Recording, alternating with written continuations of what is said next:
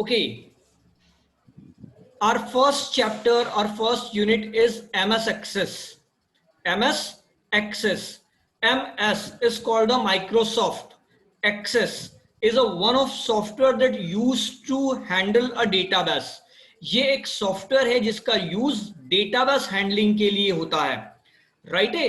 So first हम लोग MS Access पर को स्टार्ट करें, उसके पहले हम चाहते हैं कि हम कुछ ऐसे क्वेश्चंस के आंसर लें जो हमें ये अंडरस्टैंडिंग बनाने में हमारी हेल्प करें कि what is access, what is use, where to use, है ना, हम कैसे यूज करते हैं, कहां यूज करते हैं, when to use MS Access, right. And what's the purpose of using MS Access, MS Access को यूज करने का हमारा पर्पस क्या है। तो देखो, first question that is what is data, what is data, data क्या होता है। तो computer data is information processed. So what is data, तो computer data is information processed और स्टोर्ड बाय कंप्यूटर, यानी कि एक डेटा जो है वो कोई ऐसी इंफॉर्मेशन है जो कंप्यूटर के द्वारा स्टोर और प्रोसेस की जाती है, स्टोर और प्रोसेस की जाती है। इन नॉर्मल वे वी से a data is a raw information, a data is a raw information that processed by computer, and after processing we getting the meaningful information is called the data। यानी कि data ऐसा raw information है, ऐसी raw information है जो हम computer को देते हैं, कंप्यूटर उसे प्रोसेस करता है और हमें एक मीनिंगफुल इंफॉर्मेशन हमारे लिए प्रोवाइड करता है, जिसको हम कहते हैं कि वो क्या है, डेटा है। This information may be in the form of text document, images, audio clips, software program और other type of data computers may be processed by the computer CPU and stored in the files and folders on the computer hard disk। मतलब ये जो data है ये text data हो सकता है, यानी कि ये नंबर के फॉर्म में हो सकता है, अल्फाबेट्स के फॉर्म में हो सकता है, सिंबल्स के फॉर्म में हो सकता है, इमेजेस के फॉर्म में हो सकता है, वीडियोस या ऑडियो फॉर्म में हो सकता है। और सबसे बड़ी बात है कि इनको हमारा कंप्यूटर का सीपीयू क्या करता है, प्रोसेस करता है, और आफ्टर प्रोसेसिंग हम इन्हें हार्ड डिस्क में क्या करते हैं, स्टोर करते हैं। तो हम कह सकते हैं कि वो क्या है, डेटा है। तो a data is a raw information that we manipulate और manipulate by CPU and stored in computers secondary memory called data. क्या कहलाता है, डेटा कहलाता है। Okay, now what is DBMS, what is, एक मिनट यार, एक minute, what is database? A database is a systematic collection of data। Data का systematic collection क्या कहलाता है, डेटाबेस कहलाता है। They support electronic storage and manipulation of data. Database make data management easy. सबसे पहली चीज कि डेटाबेस जो है वो डेटा का एक सिस्टमैटिक कलेक्शन होता है। फॉर एग्जाम्पल, जैसे आप लोगों के रिजल्ट्स जब आते हैं तो आपके टीचर्स क्या करते हैं, एक टेबल बनाते इन MS Excel, और है ना, MS Access कहीं पर भी एक टेबल बनाते हैं। कैसी टेबल बनाते हैं, वो लिखते हैं roll number, name, physics, chemistry, है ना, और उसके बाद लिखते हैं कि रोल नंबर 101, नेम राहुल, है ना, फिजिक्स के मार्क्स 30, केमिस्ट्री के मार्क्स 60। तो exactly roll number, name, physics, chemistry 101, Rahul 30, 60, ये क्या है, डेटा है। जब हम इस डेटा को इन अ फॉर्म ऑफ टेबल एक सिस्टमैटिक वे में ले जाकर के MS Excel वर्कशीट पर या MS Access टेबल में स्टोर करते हैं, तो that is called the database, that is called the database. और फिर हम उस डेटाबेस को क्या कहते हैं कि यार हमें टोटल निकालनी है, तो हम उसको टोटल के लिए फॉर्मूला दे देते हैं। वो क्या करता है, हमारे उस फॉर्मूला से बेस्ट 60 + 30 कितना होगा, 90 हमारे लिए टोटल कर देता है। और ये प्रोसेस्ड इंफॉर्मेशन हमें मिल जाती है, ये प्रोसेस्ड इंफॉर्मेशन हमें मिल जाती है। और सबसे बड़ी बात है कि इस तरीके से जब हम डेटा को मैनेज करते हैं तो हमारे लिए उस सारे डेटा को मैनिपुलेट करना, मैनेज करना, स्टोरेज करना, और सबसे बड़ी बात उस डेटा में से अपने डिजायर्ड डेटा को फिल्टर करना, ढूंढ के लाना हमारे लिए काफी आसान हो जाता है। So that is the basic use of database. Let us discuss a few example, जैसे कुछ एग्जाम्पल अपन लोग डिस्कस करते हैं। An online telephone dictionary, an online telephone dictionary uses a database to store data of people, phone numbers, other contact details। जैसे suppose एक बात सोचो, आप लोग आपके फोन में कॉन्टेक्ट स्टोर करते हो, and sometime you stored your contacts in your phone memory, and sometime you stored your contacts in your Google dictionary, that's you call the Google contacts। and whenever, suppose करो अब आपने आपका phone बदल लिया, और जैसे ही आप गूगल कॉन्टेक्ट्स पर गए, आपने अपना ईमेल और अपना पासवर्ड डाला, all the contacts that you stored previously in your old phone, वो ऑटोमेटिकली तुम्हारे इस नए फोन में आ गए। तो वो कहां से आ गए, वो आपके डेटाबेस से आ गए। जो किसने बनाया था, गूगल ने बनाया था अपने कंप्यूटर सिस्टम पर। Your electricity services providers uses a database to manage billing, client related issues, handle fault data, etc। So sir बहुत सारी जगह पर हम लोग डेटाबेस का क्या करते हैं, यूज करते हैं। ठीक है, so that is the reason behind कि हम लोग डेटाबेस को यूज करते हैं। Now what is DBMS, data based management system. So what is database management system? तो a database management system is a software package designed to define, manipulate, retrieve and manage data in a database। यानी कि जब हम लोग database में data को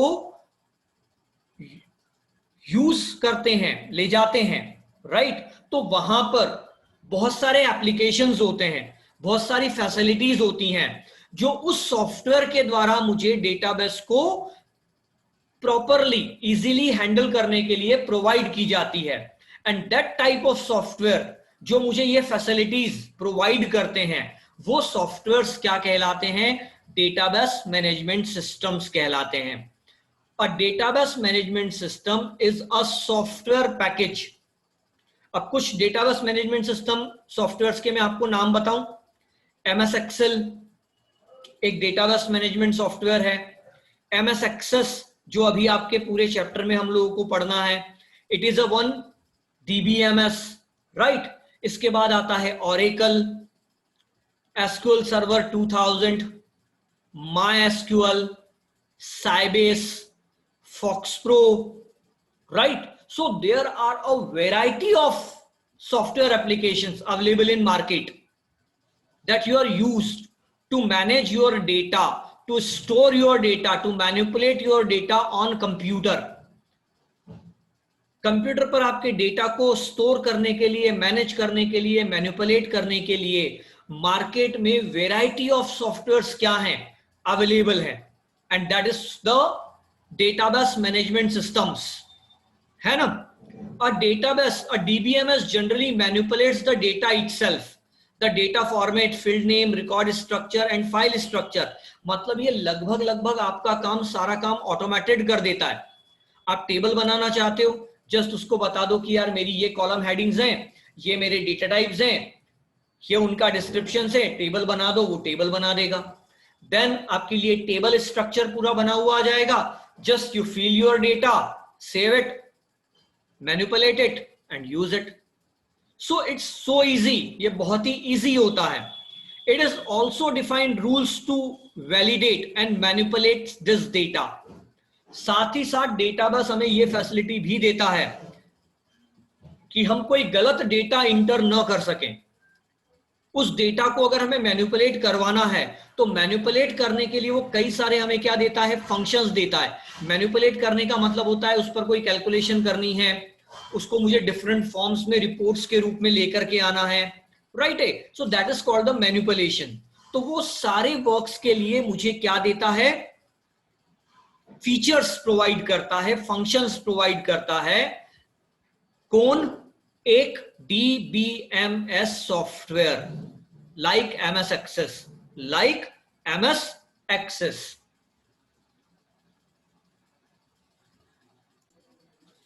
users of DBMS, database management system के उपयोग.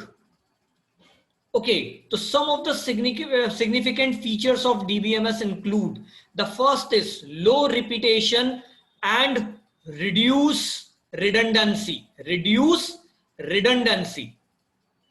Repetition and redundancy. सर देखो क्या होता है कि जब हम लोग डेटाबेस बनाते हैं तो कई बार ऐसा होता है हमारे साथ में कि हम एक ही इंफॉर्मेशन को उस डेटाबेस टेबल में, फाइल में बार बार क्या करने लगते हैं, रिपीट करने लगते हैं. इसके कारण हमारा मेमोरी मैनेजमेंट प्रॉब्लम क्रिएट करता है. कई बार जब हम डेटा मैनिपुलेशन करते हैं तो वो हमें गलत आउटपुट देता है. तो जो DBMS सॉफ्टवेयर्स हैं वो हमारे लिए इन डुप्लीकेट्स डेटा को रिमूव करने में या डुप्लीकेट्स डेटा को वो आने ही नहीं देते. जैसे ही मैं कोई डुप्लीकेट डेटा डालने जाता हूं वो मुझे इंडिकेट कर देते हैं कि this data is already stored in your computer, है ना. तो वो रिडंडेंसी और रिपीटेशन को रोकने में मेरी मदद करते हैं. सेकेंड है easy maintenance of large database. जैसे सपोज करो in your school, I think 1000 students आपके स्कूल में है.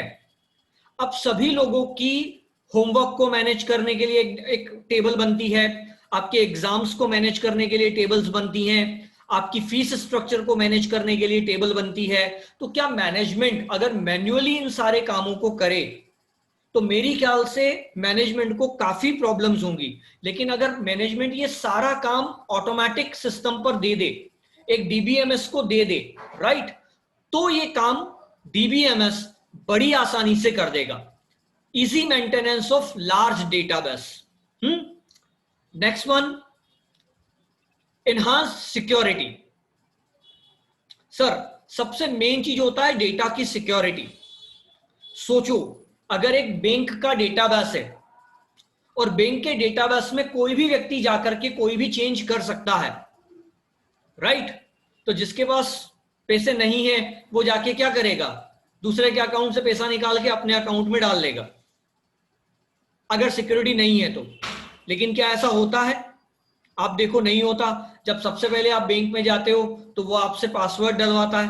भैया ATM पर गए, ATM लगाया, आपका पासवर्ड डाला. पासवर्ड डालने के बाद उसी वक्त आपके फोन पे मैसेज आ जाता है कि भैया आपने इतना पैसा आपके बैंक अकाउंट से विड्रॉ किया है. सपोज आप नेट बैंकिंग को यूज कर रहे हो तो at the time of using of net banking, है ना, जब आप कोई ट्रांजेक्शन करते हो तो आपके मोबाइल पर एक OTP आता है जो ओनली 10 मिनट के लिए वैलिड होता है. जैसे ही आप वो OTP डालते हो आपका ट्रांजेक्शन सक्सीड हो जाता है, और अगर आप गलत OTP डालते हो आपका वो ट्रांजेक्शन सक्सीड नहीं होता.